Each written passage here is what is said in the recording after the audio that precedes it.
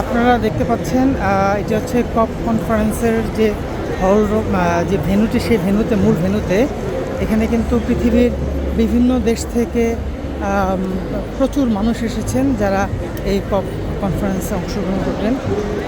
তারা বিভিন্ন stake holder আসছেন এবং বিভিন্ন গণমাধ্যম কর্মী, এনজিও কর্মী থেকে বিভিন্ন লোকজন আসছেন। তো আমরা এখন সেই জায়গাটিতেই আছি।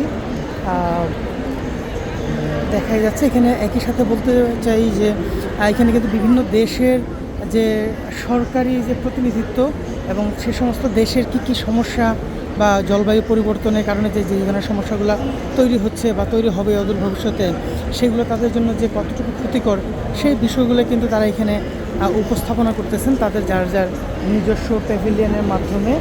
আর একই সাথে এবছরের যে COP30, এই COP30 কিন্তু বেশ অনেকগুলো মানে উল্লেখযোগ্য প্রতিপাদ্য বিষয় আছে। তার মধ্যে যেমন আছে যে বিশ্ব জলবায়ু ক্ষতিগ্রস্তদেরকে যে অর্থনীতির যে সহায়তা দেয়া, অর্থাৎ ফিনান্সিয়াল যে ভূমিকাটা রাখেন, সেই অংশটাকেই এবছরও কিন্তু জোর দেওয়া হচ্ছে, যেটা COP29-এও যেটি আলোচ্য বিষয় ছিল। তো যাই হোক, আমরা এরপর আবারও আপনাদের সাথে আসবো। আমরা বিভিন্ন সময় বিভিন্ন তথ্য আপনাদেরকে জানাবো। সাথেই থাকুন।